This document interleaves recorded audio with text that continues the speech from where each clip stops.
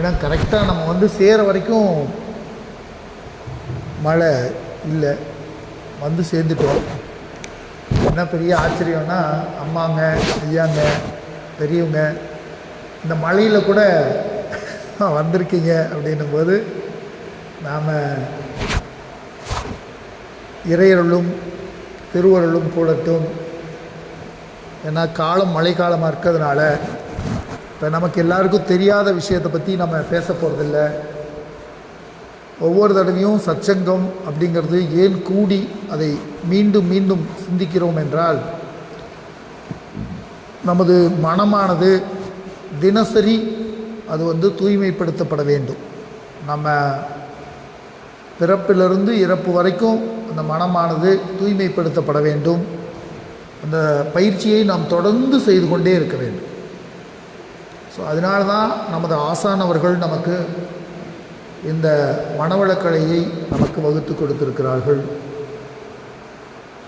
அப்போ மிகப்பெரிய பேறு பெற்ற ஒரு சச்சங்கத்திலே தன்னை இணைத்து கொண்டு உலகத்தினுடைய உன்னதமான தத்துவங்கள் எல்லாவற்றையும் தொகுத்து நமது முன்னேற்றத்திற்காகவும் நமது வாழ்க்கை உய்ய வேண்டும் என்பதற்காகவும் நமது மகரிஷி அவர்கள் இந்த தத்துவங்களை எல்லாம் நமக்கு தந்திருக்கிறார்கள். அவற்றை நான் புரிந்த வகையிலே, ஏனென்றால் இங்கே இருக்கிறவங்க எல்லாருமே பேராசிரியர்கள், அறிவில் சிறந்த ஆசிரிய பெருமக்கள், குணநலத்திலே என்னை விட வயதிலும் அனுபவத்திலும் மேம்பட்ட நபர்கள். நான் விளங்கி கொண்ட வகையிலே முதல்ல நான் எப்பயுமே எங்கேயுமே பேசும்போது நான் பிறருக்காக பேசுவதில்லை. முதல்ல எனக்கு தான் நான் பேசுகிறேன்.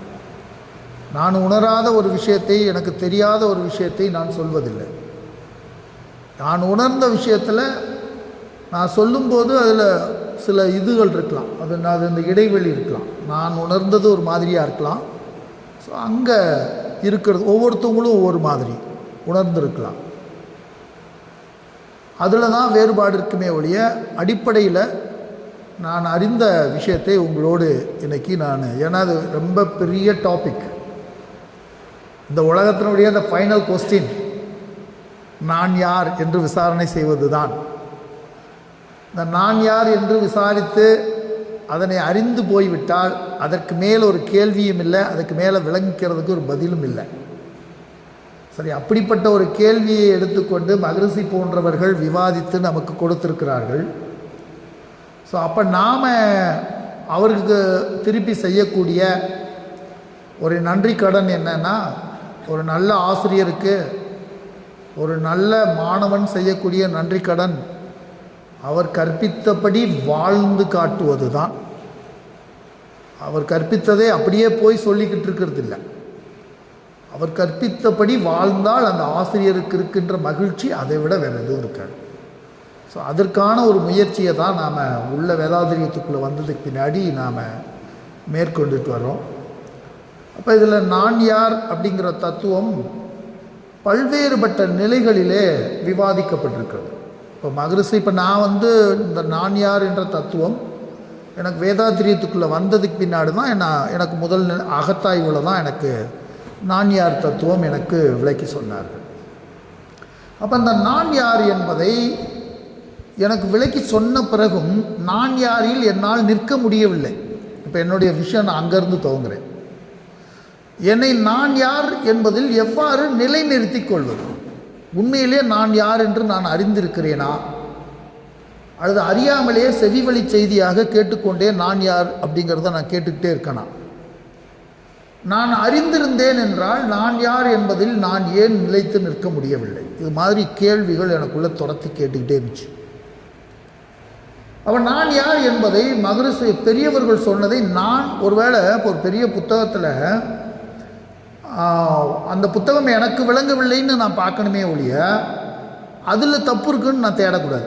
அதில் தப்பு இருக்கு தேடுறத விட பெரியவங்க உணர்ந்து சொல்லியிருப்பார்கள், என்னால் புரிஞ்சிக்க முடியாமல் இருக்கலாம். அப்படின்னும் போது நான் கொஞ்சம் தேட ஆரம்பித்தேன். ஒருவேளை இன்னும் கொஞ்சம் விரிவாக புரிஞ்சுக்கிறதுக்கு நம்ம ஏதாவது தேடுவோமே அப்படின்னு நான் கொஞ்சம் தேடினேன்.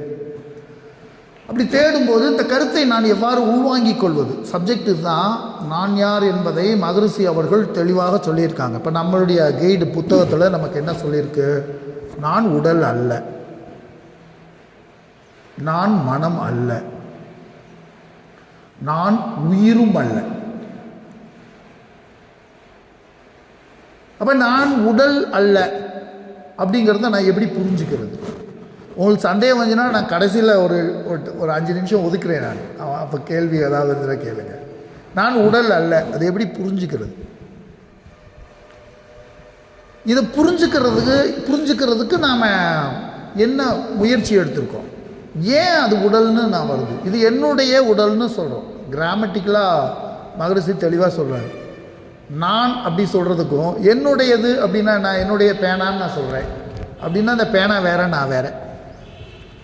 என்னுடையது அப்படின்னு சொன்னேன்னா இந்த பேனா வேற, நான் வேற. அப்போ என்னுடைய உடல் அப்படின்னு நான் சொல்கிறேன்னா அப்போ என் அப்படிங்கிறது வேற, என் உடல் என்பது வேறு. அப்போ இந்த உடலுக்குள்ள நான் என்று நான் புரிந்து வைத்திருக்கிற வரைக்கும் இந்த உடலினுடைய தர்மங்கள் எல்லாமே என்னுடைய தர்மமாகி போகிறது. நம்முடைய பிரச்சனைகளுக்கு எல்லாவற்றுக்கும் காரணம் அங்கிருந்து தான் துவங்குது.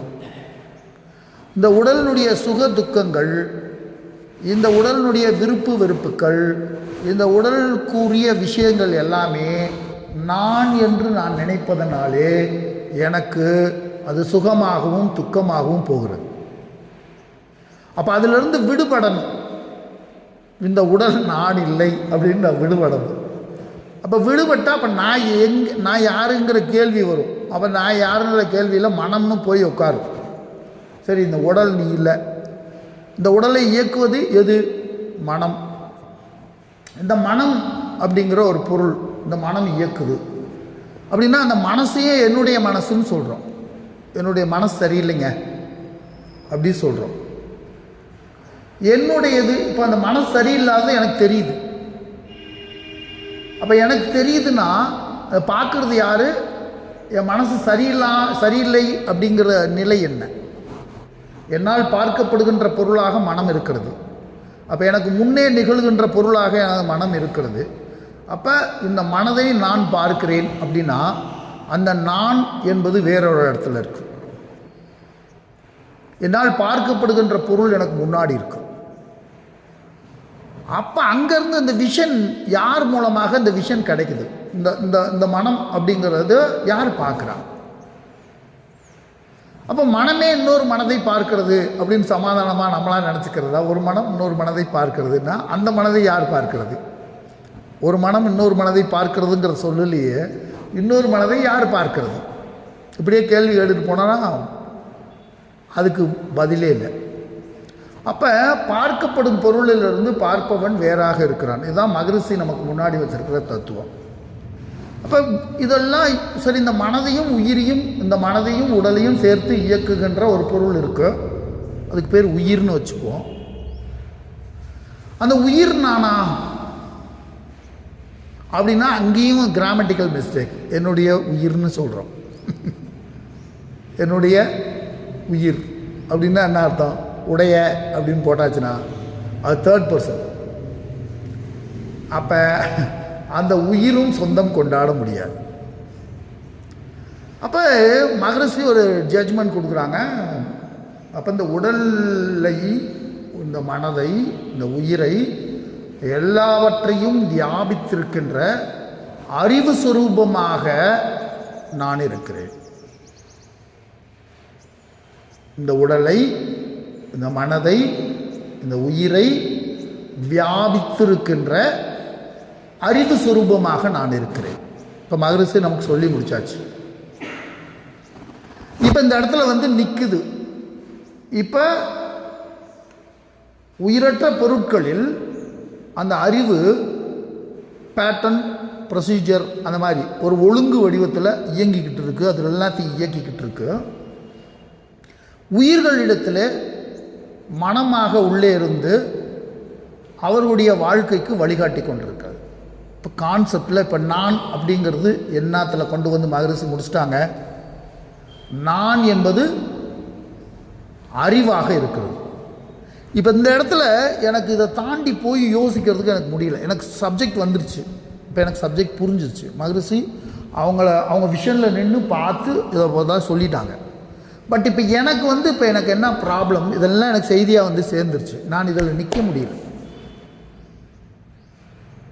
இது எனக்கு போதுமானதாக இல்லை. அல்லது நான் இதில் எனக்கு முழுமையை கொடுக்குதா அப்படின்னு நான் திருப்பி கேட்டு பார்த்தா எனக்கு அதில் ஒரு முழுமையும் வந்த பாடில்லை. இதான் என்னுடைய பர்சனலாக சொல்கிறேன். நான் இது நீங்கள் டக்குன்னு இன்னொரு பக்கத்தில் போட்டு யோசிக்க தேவையில்லை. பட் அந்த மாதிரி அப்போ சரி, இதுக்குள்ளே என்ன மிஸ்டேக் இருக்குது? பெரியவங்க இந்த வகையிலையும் தப்பு சொல்லியிருக்க மாட்டாங்க. அறிவுங்கிறத நான் எப்படி புரிஞ்சுக்கிறது? இந்த கான்சியஸ்னஸ்ங்கிறத எனக்கு எப்படி புரிஞ்சுக்கிறது? அதுக்கு புரிதலுக்கான விளக்கம் ஏதாவது இருக்கா அப்படின்னு சரி, இதை எப்படியாவது புரிஞ்சுக்கிறதுக்கு முயற்சி பண்ணுவோம் அப்படின்னு நம்ம முயற்சி பண்ணுறோம். அப்போ வேறு யாரெல்லாம் இந்த நான் யார் தத்துவத்தை பற்றி வேறு யாராவது பேசியிருக்காங்களா அப்படின்னு உள்ளே தேடும்போது ரமணர் அவருடைய பிரசித்தி பெற்ற ஒரு நான் யார் அப்படிங்கிற ஒரு தேடல் இருக்கும். எல்லா இடத்துலையும் இந்த நான் யார் என்ற தேடல் ஒரு 2000 வருஷம் 3000 வருஷத்துக்கு முதலே இருந்திருக்கு. அப்போ வேறவங்களும் வேறு வகையில் ஏதோ ஒரு வகையில் நான் யார் அப்படிங்கிற தேடல் பொதுவானது. சரி, இந்த தேடல்கள்லேருந்து இவங்க என்ன சொல்கிறாங்க, அவங்க என்ன சொல்கிறாங்கன்னு நம்ம பார்ப்போமே அப்படின்னு சொல்லி அந்த நான் யார் என்ன அப்படின்னு நம்ம தேடினா ஸோ மெத்தட் ஈக்குவலாக எல்லாமே ஒரே மாதிரி தான் இருக்குது. இப்போ மகரிஷி எப்படி இந்த அதுக்கு பேர் விவேகம் அப்படின்னு சொல்லி இப்போ ரமணர் என்ன சொல்கிறாங்கன்னா பஞ்சகோச விவேகம் அல்லது அவஸ்தாத்ரய விவேகம். இதை விவேகம் அப்படின்னு ஒரு வார்த்தையில் சொல்கிறாங்க. விவேகம்னா இப்போ அவங்க என்ன சொல்கிறாங்கன்னா இப்போ இந்த நான் அப்படிங்கிற கான்செப்டை இப்போ ரிவர்ஸில் அவங்க யோசிக்கிறாங்க. அவங்க எப்படி யோசிக்கிறாங்கன்னா முதல்ல நான் எதெல்லாம் இல்லைன்னு கண்டுபிடிப்போம். எதெல்லாம் இல்லை. இப்போ மகரிஷி பண்ண அதே வேலை தான். உடல் நான் இல்லைன்னு கண்டுபிடிச்சிட்டோம், மனம் நான் இல்லைன்னு கண்டுபிடிச்சிட்டோம், உயிர் நான் இல்லைன்னு கண்டுபிடிச்சிட்டோம். அதனுடைய ஸ்டேட்டஸ் என்ன? நான் கண்டுபிடிச்ச நான் இல்லைன்னு நம்ம கண்டுபிடிச்சோம்ல, அது என்னவா இருக்கு? உடல் நான் இல்லை. அதனுடைய பர்பஸ் என்ன? நான் இல்லை, ரைட்டு. இதனுடைய பர்பஸ் என்ன? இது எதுக்கு இருக்கு? இது என்னவா இருக்கு? இப்போ நம்ம இன்னொரு பக்கத்தில் போய் நம்ம அதை கொஞ்சம் நம்ம பார்க்க வேண்டியது இருக்குது. ரைட்டியா? இல்லைங்கிறதோட முடிஞ்சு போல. இது எதனால, இது எப்படி, அது என்ன அப்படிங்கிற ஒரு விஷயத்துக்குள்ளே உள்ளே வர வேண்டியது. இப்படி வரும்போது உலகத்தை 2 பகுதிகளாக பிரிக்கிறார். இந்த உலகத்தை காரண காரியங்களாக உலகத்தை பிரிக்கிறார். மகரிஷியினுடைய அடிப்படை தத்துவமே எல்லாத்தையுமே காரண காரியம் கொண்டு அவர் ஆராய்கிறார். உலகத்தில் எல்லா காரியங்களுக்கும் ஒரு காரணம் இருந்தாக வேண்டும். காரணம் இல்லாமல் காரியம் நிகழாது. எந்த ஒரு விஷயமா இருந்தாலும் அதற்கு ஒரு காரணம் இருந்தாக வேண்டும். அப்போ இந்த காரண காரியங்களின் தொடர்ச்சியாகத்தான் இந்த உலகம் இருக்கிறது.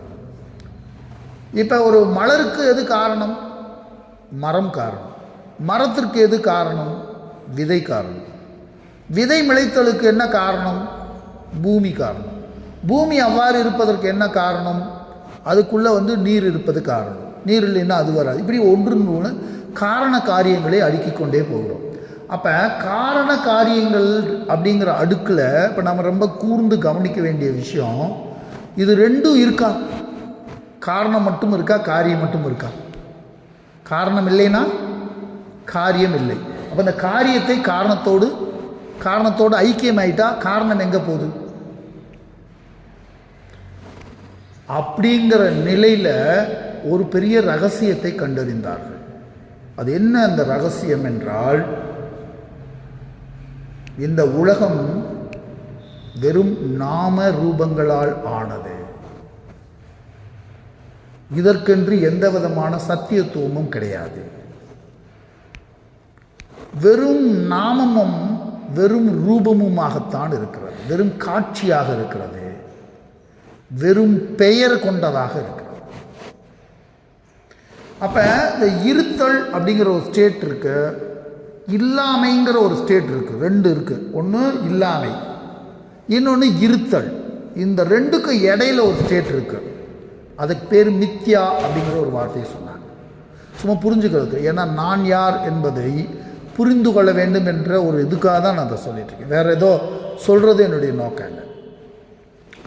இந்த இருத்தல் அப்படிங்கிற ஒன்றுக்கும் இல்லாமை அப்படிங்கிற ஒன்றுக்கும் இடையில மித்யா அப்படிங்கிற ஒரு ஸ்டேட். இந்த மித்யா அப்படின்னா என்னன்னா, அது அனுபவத்திற்கு இருக்கிறது, ஆனால் ஆராய்ந்து சென்று பார்த்தால் இல்லை. என்ன சார் எனக்கு புரியலையே சார்? அனுபவத்துக்கு இருக்கு, ஆராய்ந்து பார்த்தால் இல்லை. நான் ஒரு உதாரணம் சொல்கிறேன். காணல் நீரை கண்ணிலே பார்க்கிறோம். காணல் நீர் கண்ணுக்கு நீர் இருப்பது போல் தோன்றுகிறது. நம் காட்சிக்கு அது அனுபவமாக பருகிறது. அதில் உள்ளே போய் தண்ணி மோந்து குடிக்க முடியுமா? ஆராய்ந்து பார்த்தால் அங்கே நீர் இல்லை. ஆகாயம் நீல நிறத்தை போல் தோன்றுகிறது. நிஜத்தில் ஆகாயத்திற்கென்று நீல நிறம் கிடையாது. ஆனால் அந்த நீல நிறம் நம் கண்களை விட்டு மறைஞ்சு போகுமா? போகாது. இப்போ ஒரு குட்டி பையன் ஒரு பேரனை ஒரு வண்டியில் வச்சு கூட்டிகிட்டு போகிறேன், ஒரு ட்ரெயினில் போயிட்டுருக்கேன்னு வச்சுக்கோங்க. தாத்தா மரம்லாம் பின்னாடி ஓடுது தாத்தா அப்படி சொல்கிறேன். ஆனால் நமக்கு அனுபவத்தினால மரம் ஓடலை, வண்டி தான் ஓடிட்டுருக்குன்னு நமக்கு தோணுது. ஆனால் நம்ம அவன்கிட்ட சொல்கிறோம், தாத்தாவுக்கு ஒன்றுமே தெரியலன்னு தான் அவன் நினைப்பேன். தாள் இவ்வளோ பெரிய ஆளாக வளர்ந்து மரம் ஓடிட்டுருக்கு, இவர் என்ன எப்படி பேசுகிறாரு? அவனுடைய சிருஷ்டியில் இப்படி தான் இருக்கும். அப்போ இந்த நிஜம் என்று நாம் நினைத்து கொண்டிருக்கின்ற இந்த உலகம் நமது சிந்தையில் நிற்கும் வரை நான் என்பதை நான் அகப்படுத்த முடியாது. இதை தான் நான் தேடி கண்டுபிடிச்ச விஷயம். இந்த உலகம் நிஜம் என்று நினைத்து கொண்டிருக்கும் வரை எனது சரீரம் நிஜம்தான். இந்த உலகம் நிஜம் என்று நினைத்து கொண்டிருக்கும் வரை எனது மனம் நிஜம்தான். இந்த உலகம் நிஜம் என்று நினைத்து கொண்டிருக்கும் வரை எனது உறவுகள் நிஜம்தான். இந்த உலகம் நிஜம் என்று நான் நினைத்து கொண்டிருக்கின்ற வரை என்னை நான் அடையாளம் கண்டுபிடிக்க முடியாது. ஏனென்றால் இது வெறும் தோற்றத்திற்கு இருக்கிறது. இதை புரிஞ்சுக்கிறது கொஞ்சம் கஷ்டம்தான்.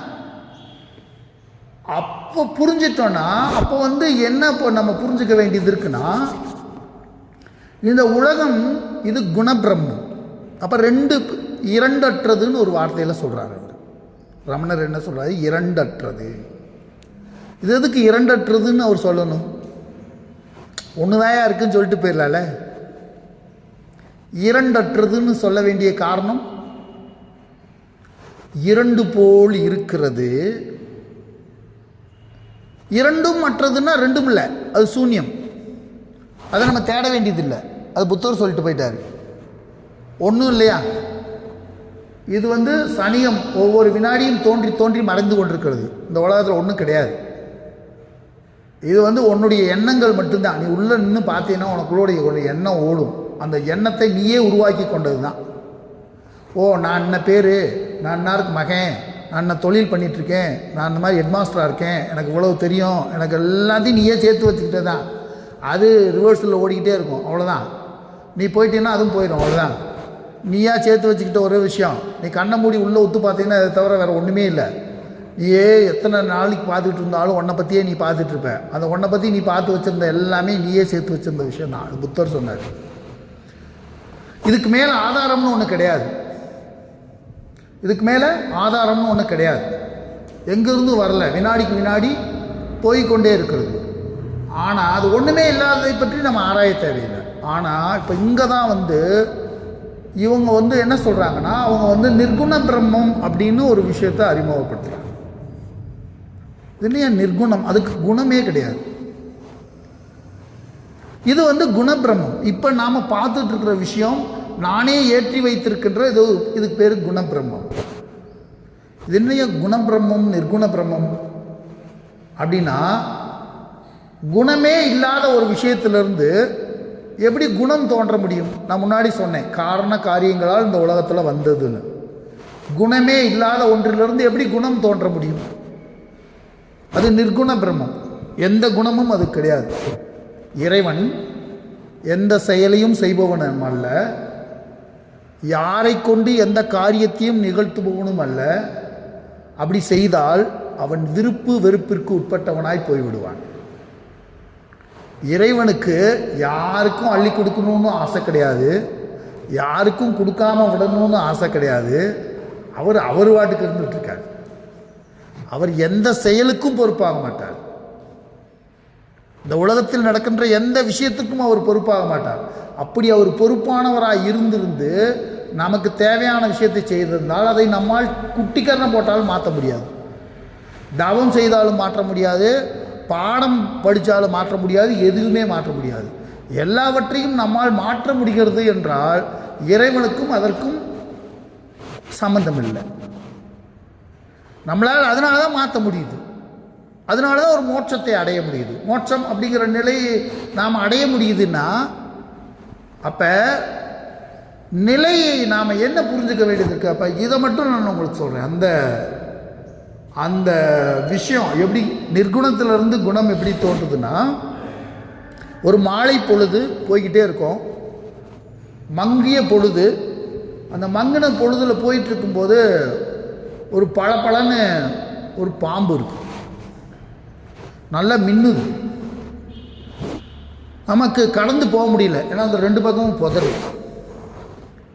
கடந்து போக முடியல, அந்த பக்கத்தில் போகணும், தூரமாக இருக்குது ஊர், அங்கே தூரத்தில் லைட்டு தெரியுது, நம்மக்கிட்ட இருந்து தோட்டத்துலேருந்து போகிறோம். ஆனால் அதுவும் நகண்ட பாடுங்க, பயம், துணைக்கு ஆள் இல்லை, கையில் தடி இல்லை, கையில் விளக்கு இல்லை, அப்படியே நிற்கிறோம் பயந்து. அது வந்து இப்படி இருக்கே அப்படின்னு சொல்லிட்டு. அப்புறம் அந்த பக்கத்துலேருந்து வயல்லேருந்து ஒருத்தர் வர்றார், அவர் கையில் ஒரு டார்ச் கொண்டு வர்றார். டார்ச் கொண்டு வந்து பக்கத்தில் அடித்து பார்க்குறாரு, அது ஒரு வாழை மட்டை. இப்போ என்ன ஆயிடுச்சு, கொஞ்ச நேரத்துக்கு முன்னாடி வரைக்கும் பாம்பாக இருந்துச்சுல்ல நம்ம மைண்டில், பாம்பு பார்த்தோம்ல, நம்ம அனுபவத்துக்கு இருந்துச்சுல. ஆனால் அசலாக என்ன இருந்தது, உண்மையிலே அங்கே என்ன இருந்தது? வாழை மட்டை தான் இருந்துச்சு. இந்த செயற்கையாக அந்த வாழை மட்டை மேலே இந்த பாம்பை ஏற்றி வைத்தது யார்? நம்ம மனோநிலை. அதிலிருந்து இருட்டு. நீங்கள் முற்றிலுமாக இருட்டாக இருந்திருந்தாலும் நாம் கடந்து போயிருப்போம். நீங்கள் நல்ல வெளிச்சமாக இருந்திருந்தாலும் வாழை மட்டும் தெளிவாக தெரிஞ்சிருக்கும். இந்த மங்கிய தன்மை, நமது அறியாமை, இங்கே தான் மகரிஷி வராரு. இந்த மயக்கம், இந்த மங்கிய தன்மை, இந்த உலகம் இருப்பது போலவும், இந்த வாழ்க்கை இருப்பது போலவும், இந்த வாழ்க்கை முழுவதையும் நானே வாழ்ந்து, நானே உலகத்தில் சிறந்து, நானே எல்லாத்தையும் பண்ணிகிட்ருக்கேன், நானேன்னு நான் அப்படிங்கிற இடம் மடைமாற்றப்பட்டு இந்த உலகமாய் விரிந்திருக்கு. அறிவு வந்த உடனே, இந்த வெளிச்சம் வந்த உடனே நமக்கு அசல் தெரிஞ்சு போகும். அப்ப நான் பிறக்கவும் இல்லை, நான் இறக்கவும் இல்லை. ஏனென்றால் பிறக்கின்ற பொருட்கள் எல்லாமே அழிந்தே ஆகும். நான் எப்பொழுதுமே மோட்சத்தில் தான் இருக்கிறேன். இந்த நான்கிற பதம், அந்த சாட்சாத் அந்த நிர்குண ஸ்வரூபமாக இருக்கின்ற நான், இதெல்லாம் கழிச்சு போய் பார்த்தோன்னா சாட்சாத் நிர்குண பிரம்மமாக இருக்கின்ற நான் வெறும் சாட்சியாக மட்டுமே நின்று நான் இந்த உலகத்தை பார்த்து கொண்டிருக்கிறேன். அதை வெஸ்டி சமஷ்டின்னு புரிஞ்சுக்கிறது ஒரு ஈக்குவேஷனில் அவங்க புரிய வைக்கிறாங்க. இப்போ ஒரு ஈக்குவேஷன் என்ன சொல்கிறேன்னா, ஒரு 1 + 9 = 1 + 9 = 100 - 10. இப்போ இது ரெண்டும் சமமா? 1 + 9 இந்த பக்கத்தில், இந்த பக்கத்தில் 100 பெரிய நம்பர் போட்டிருக்கோம், -10 அப்படி போடுறோம். இது ரெண்டும் சமமா? சமந்தானே? 100லேருந்து 10 கழிச்சிட்டா அப்படிதான் 90 வருதா? அப்படி வருது. அப்படி அதை வந்து மைனஸ்ன்னு போட்டோம்னா, அப்போ அவங்க அந்த இந்த உதாரணத்தை அவங்க எதுக்கு சொல்கிறாங்கன்னா, இந்த ஜீவாத்மா அப்படிங்கிறது சின்ன அளவில் இருந்தாலும் இந்த பரமாத்மாங்கிறது எல்லா ஜீவராசிகளுக்குள்ளே உள்ளே இருக்கிறது மாதிரி இருந்தால் கூட இதை வந்து 10 - 100ன்னு போட்டோம்னா அந்த மாதிரி ஈக்குவலாக அந்த மாதிரி ஒரு காம்பினேஷனில் அவங்க சொல்கிறாங்க. நம்ம ஜீவராசி நம்ம தனியாக நிற்கிறோன்னு நம்ம நினைக்கிறோம்ல, இது வெஸ்டி நிலையில் இருக்கும். இதை சமஷ்டி நிலையில் ஒருங்கிணைச்சு பார்த்தோம்னா எல்லாத்துக்குள்ளேயும் அந்த அழியாத அந்த நிர்குணஸ்வரூபமான அது எப்பயுமே மோட்சத்தில் இருக்கின்ற என்றுமே அழியாத அதுதான் சாகாவரம். அப்படி இந்த இதெல்லாம் சொல்கிறாங்க இல்லையா, இந்த சரீரம் தான் அழிஞ்சு போகும்போழிய இந்த நிலையை புரிந்தவர்களுக்கு இந்த நிலையை அறிந்தவர்களுக்கு மரணம் பயம் போயிடும். மரணம் அது நிகழும், சுற்றி நடக்குது, எல்லாத்துக்கும் நான் சாட்சி, எல்லாமே இது இப்படி தான் நடந்துகிட்ருக்கு. ஏன்னா கனவுல நடக்கிற விஷயத்துக்கு நீங்கள் என்ன பண்ண போகிறீங்க? இப்போ கனவு போல தான் அது, இது கனவுன்னு சொல்லுது. கனவுல சாப்பிட்டீங்க, நீங்கள் வீட்டுக்கு மறுநாள் காலையில் எடுத்துகிட்டு வர முடியுமா? கனவுல எதையோ விவசாயம் பண்ணீங்க, நினைவில் வண்டி கட்டி ஏற்றிட்டு வர முடியுமா? ஸோ அப்போ நமக்கு வந்து இந்த திருப்தி வந்துடுது. ஓ இது எல்லாமே இட்ஸ் ஹேப்பன்ஸ், இது நடந்துகிட்ருக்கு, நம்ம சுற்றி இது ஒன்று நடந்துகிட்ருக்கு, அவ்வளோதான். இதில் எல்லாத்துக்கும் நம்ம சாட்சியாக போயிடும், எல்லாத்துக்குள்ளேயும் நம்ம வெறும் சாட்சியாக இருக்கும். இந்த எல்லா நிகழ்வுகளுமே நடந்துகிட்ருக்கு. சரி, இப்படின்னா எங்களை சாமியார் ஆகி பேசாமல் உட்கார சொல்கிறீங்களா சார்? இது வேறு மாதிரி தெரியுது. இப்போ நீங்கள் சொல்கிறது ஒரு மாதிரியாக புரியுது மாதிரி இருந்தால் கூட என்னுடைய ஆக்ஷன் நான் என்ன செய்யணும்? நம்மளுடைய ரெகுலர் ரொட்டீன் ஒர்க் இருக்கும் இல்லையா, அதை எதோடும் ஒட்டாமல் நம்மகிட்ட செய்ய வேண்டியது. எந்த பலனும் நம்ம எதிர்பார்க்க தேவையில்லை. ஏன்னா அது எல்லாமே தானாக நடந்துகிட்ருக்கு. இந்த சரீரம் எஞ்சி இருக்க வரைக்கும் நம்முடைய ரொட்டீன் ஒர்க்கை எந்த களைப்பும் இல்லாமல், எந்த சோர்வும் இல்லாமல், எந்த எதிர்பார்ப்பும் இல்லாமல் அந்த கடைசி வினாடி வரைக்கும் நாம் நம்மாட்டுக்கு நம்மளுடைய வேலையை, நமக்கான வேலை எதுன்னு நம்ம கண்டுபிடிச்சிடும். அறம் பூரா புரிஞ்சு போகும். அடுத்தவர்களுடைய வேலையில் நம்ம தலையிட மாட்டோம்.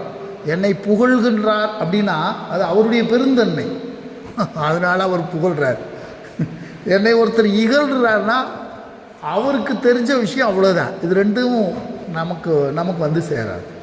ஏன்னா நான் அது புகழ்கிறவராகவும் நான் இல்லை, புகழை கேட்பவராகவும் நான் இல்லை, இகழ்கிறவராகவும் நான் இல்லை, இகழை கேட்பவராகவும் நான் இல்லை. அவர் எனது சரீரத்தை இகழ்கிறார், அல்லது எனது புத்தியில் ஏதோ மிஸ்டேக் நடந்திருக்கு, எனது புத்தியை அவர் இகழ்கிறார், அல்லது அவருக்குரிய விஷயம் இதெல்லாம் கொஞ்ச நாள் ப்ராக்டிஸ் பண்ணால் இட்ஸ் பாசிபிள். இது பாசிபிள் தான், இதெல்லாம் பாசிபிள் இல்லாத விஷயம்லாம் கிடையாது. இதுதான் இதை நம்ம ஒரு ஸ்டெப்பு முன்னாடி போயிட்டு இப்போ இது எல்லாமே நடைமுறையில் எல்லாருக்குள்ளேயும் சாதாரணமாக சேரக்கூடிய ஒரு இடத்துல தான் இந்த நான் யாருன்ற கான்செப்ட் இருக்குது. அப்போ இன்னும் 2 உதாரணம் மட்டும் சொல்லி நான் முடிச்சுக்கிறேன் மழைக்காலமாக இருக்கிறதுனால. ஒன்று, ஒரு பானை எடுத்துக்கோங்க, களிமண் எடுத்துக்கோங்க. களிமண்ணுக்கு ஒரு வடிவம் கொடுத்தோன்னே அதற்கு புதிதாக ஒரு வடிவமும் பானை என்ற பெயரும் வந்து விடுகிறது. அதனால் களிமண் ஒருபோதும் பாதிக்கப்படுவதில்லை. ஒரு நகைக்கடைக்குள்ளே உள்ளே போய் பார்த்தோன்னா உள்ளே இருக்கிறது எல்லாமே தோடு, நெக்லஸ்ஸு, வளையல், மோதிரம் எல்லாமே வெறும் நாமமும் ரூபமும் தானே ஒழிய உள்ளே இருக்கிற நகைக்கடைக்காரருடைய சிருஷ்டியில் பார்த்தீங்கன்னா எல்லாமே தங்கம்தான். அவர் தெராசை வச்சு நிறுத்து பார்த்து இதுக்கு விலை இவ்வளவுதான், அவ்வளோதான். எல்லாமே அடிப்படையில் அந்த டிசைனாக மாறி மாறி நிற்குது. இதுக்கு நம்ம பேர் புதுசாக வச்சுருக்கோம். முதல்ல ஒரு குழந்தைன்னு பேர் வைக்கிறோம், குழந்தை கொஞ்சம் பெருசாக வளர்ந்தோடனே இளைஞர்னு பேர் வைக்கிறோம், இளைஞர் கொஞ்சம் பெருசாக வந்தோடனே முதியவர்னு பேர் வைக்கிறோம், அப்புறம் இன்னும் கொஞ்சம் பெருசாக வந்தோடனே இப்போ ஒரே ஒருத்தருக்கு 50 பேர் இருக்குது. அப்பா அவருக்கு பேர், ஆஃபீஸில் போனால் மேனேஜரு, இங்கே அப்புறமேல் அவருக்கு கிடச்ச பட்டம், அவருக்கு இருக்கக்கூடியது எல்லாத்தையும் உதுத்து விட்டு பாருங்கள். ஒவ்வொன்றா கழட்டி போடுங்க. இத்தனையும் தூக்கி சமந்துட்டுருக்கோம். நம்ம ஒரு 50-60 விஷயம் உள்ளே தூக்கி நமக்குள்ளே இருக்கக்கூடிய இந்த உருவங்களில் பூராத்தையும் ஏற்கனவே நம் கற்பித்து வைத்திருக்கின்ற விஷயங்களை எல்லா விஷயத்தையும் நாம் என்ன பண்ணணும்? அர்ப்பணம் செய்யணும். அதுக்கு நம்மளுடைய தவத்தை பயன்படுத்திக்கணும். சுத்த வெளியில் கொண்டு போய் விட்டோம். நான் இதை அர்ப்பணம் செய்கிறேன், இதை நான் தர்ப்பணம் செய்கிறேன், இதை வந்து விட்டுட்டு வந்துடுறேன், இதை நீ விட்டுட்டு வந்துடுறேன், இதை விட்டுட்டு வந்தேன்னா நம்ம விடுறதுக்கு ஒன்றும் கிடையாது. நான் ஏன்னா நாம் விட்ட பொருள் கிடையாது. நம்ம மேலே இருக்கிறது வெறும் கற்பனையான ஒரு விஷயங்கள் தான். நமது வாழ்க்கை என்று போதிக்கப்பட்டிருக்கிறது வெறும் கற்பனையான விஷயங்கள் தான். அவரவர்களே ஏற்றி வைத்திருக்கின்ற ஒரு விஷயத்திலிருந்து விடுபட முடியாமல் நானாக இருக்கிறேன், நான் முடிக்க வேண்டிய காரியங்கள் இவ்வளவு இருக்கிறது, நான் இல்லைன்னா இந்த மாதிரி நடந்துடாது, என்னால் நான் இவ்வளவு சிறப்பாக இருக்கிறது, நான் இவ்வளவு சிறப்பான மனிதனாக இருக்கிறேன், இதெல்லாமே உள்ளே நடந்துகிட்டே இருக்கு 24 மணி நேரம். ஏன்னா அது பிறந்தனையிலேருந்து நம்ம சேர்த்து வச்ச விஷயம். அவ்வளோ சாதாரணமாக இதை நகட்டி வச்சிட முடியாது. ஆனால் நம்மளுடைய மகரிஷி போன்றவர்களுடைய விருப்பம், அவர்களுடைய விஷயம் ஒரு உச்சத்தை அடைய வேண்டும், ஏன்னா பரிபூர்ணத்துவத்தை அடைய வேண்டும். இது சாட்சாத் எல்லாருமே ரொம்ப ரொம்ப சிம்பிள். இந்த 10வது மனிதன் அப்படின்னு ஒரு கதையை சொல்லுவாங்க. 10வது மனிதன் கதை என்ன? அதாவது ஒரு ஆற்றை கடக்கிறதுக்கு 10 பேர் சேர்ந்து நடந்து போகிறார்கள். நடந்து போனோடனே ஆற்றுக்குள்ளே உள்ளே இறங்கி இந்த பக்கத்தில் வருகிறான். அப்போ எண்ணி பார்க்குறாரு ஒருத்தர். அப்போ 10 பேர் வந்த இடத்துல 9 பேர் தான் இருக்காங்க. எங்கடா ஒரு ஆளை காணோம், பயங்கரமான கவலை. இன்னொருத்தன்றான், அங்கே 9 பேர் தான். ஏன்னா நேற்று நைட்டு தான் அவங்க ஆசிரமத்தில் சேர்ந்தவர்கள், யாரை காணலைன்னு அவங்களுக்கு தெரியல. நேற்று நைட்டு தான் ஒருத்தவங்க பேர் இன்னொருத்தவங்களுக்கு தெரியாது. ஆனால் குரு என்ன சொல்லி விட்டார், ஆற்றை கடந்து அந்த பக்கத்தில் போய் இதில் உட்காருங்கடான்னு. ஆனால் ஒரு ஆளை காணல. குரு வந்தார்னா கேட்டாருன்னா பதில் சொல்லணும், என்ன செய்யுது? அப்போ பெரிய கவலை, 10 பேர் வந்ததில் ஒருத்தனை காணாமேடா, நான் என்ன செய்யுது? அப்போ அங்கிட்டிருந்து ஒருத்தர் வந்தார். அப்போ என்னப்பா கவலையாக உட்காந்துருக்கீங்க? இந்த மாதிரி நாங்கள் 10 பேர் ஆற்றை கடந்து வந்தோம், எண்ணி பார்க்குறோம், ஒரு ஆளை காணா, எங்கே காண? அந்த 10வது மனிதன் இருக்கிறான். அப்பா அவன் ஆற்றோடு போல, இவர் ஆற்று வழியே வந்தவர். அப்போ அங்கேயோ இருக்கான் போல தெரியுது. முதல் சிந்தனை எங்கேயோ இருக்கான் போல தெரியுது. அப்பா முதல்ல ஒரு நிம்மதி வந்துச்சு. அப்புறமேல என்ன சொன்னாங்க, அந்த 10வது மனிதன் நீதானப்பா. இப்போ இன்னும் கொஞ்சம் புரியுது. அப்போ பிரம்மம் எங்கேயோ இருக்கிறது, எங்கேயோ ஒரு இடத்துல இருக்குது, எப்படியோ ஒரு சுத்த வழியாக இருக்கிறது அப்படின்னு அறிகிறது முதல் நிலை. அந்த பிரம்மமாகவே சாட்சாத் அதுதான் ஒன்றுதான் இருப்பு, இரண்டற்றது. அந்த 2வது நிலையாக இருப்பது வெறும் மித்யாவாக, வெறும் தோற்றத்திற்கு இருக்கிறதே ஒழிய ஒன்றே ஒன்றுதான் இருக்கிறது. அந்த ஒன்றும் நானாகவே இருக்கிறேன் என்ற பூர்ணத்துவத்திலே ஒரு மனிதரால் நிலை பெற்று இருக்க முடியும். அப்படி நிலை பெற்று இருக்கின்ற தன்மை எல்லோருக்கும் சாத்தியமானது. இது இந்திய தத்துவங்களில் நம்மளை போன்ற மகரிஷி வழங்கி இருக்கிற விஷயங்களில் மிகப்பெரிய கொடையாக இருக்கிறது. ஒரு ஸ்டெப் அப்படின்னு எடுத்து வச்சா அதை அடைஞ்சிடலாம். அது ஒன்றும் பெரிய விஷயங்கள் கிடையாது. ஏன்னா நமக்கு அவ்வளவு மனோபக்குவமும் அவ்வளவு தவ வலிமையும் எல்லாமே நம்மக்கிட்ட இருக்குது. ஒரு ஸ்டெப்பு கொஞ்சம் ஒரு புரிதலுக்காக கொஞ்சம் ஃப்ளெக்சிபிளாக உட்காந்து அப்படின்னு பார்த்தோன்னா அந்த நிலையை நம்மளால் அடைஞ்சிட முடியும். ஸோ அது எல்லாத்தையும் நமக்கு மகரிஷி அவ்வளவு தெளிவாக நமக்கு வழிகாட்டியிருக்காங்க. அதற்காகவும் இந்த நிறுவனத்திற்கும் இந்த தலைவர்களுக்கும் இந்த வாய்ப்பை கொடுத்த ஐயா உங்களுக்கும் இதுகாலம் செவிமடுத்த உங்கள் அனைவருக்கும் எனது இருகரம் கூப்பி வணக்கத்தையும் நன்றியும் தெரியப்படுத்திக் கொள்கிறேன். நன்றி. வாழ்க வையகம், வாழ்க வையகம், வாழ்க வையகம். ஏதாவது 1-2 கேள்வி இருந்தால் மட்டும் கேளுங்க, இருந்தால். ஏன்னா நான் அப்படியே ஏன்னா இந்த டாப்பிக்கில் ஏதாவது இருந்துச்சுன்னா கேளுங்க, தெரிஞ்சா சொல்கிறேன். நான் இல்லைன்னா கம்பல்சரியாக கேட்கணும்னு இல்லை. ஏன்னா நான் எங்கேயோ ஒரு வரி, ஒரு கமா, ஒரு புல் ஸ்டாப் கூட என்னுடைய வார்த்தையோ மற்றதோ கிடையாது. இது எல்லாருமே நம்ம எல்லாருக்குமான சொத்து தான், இந்திய மக்களுக்காக.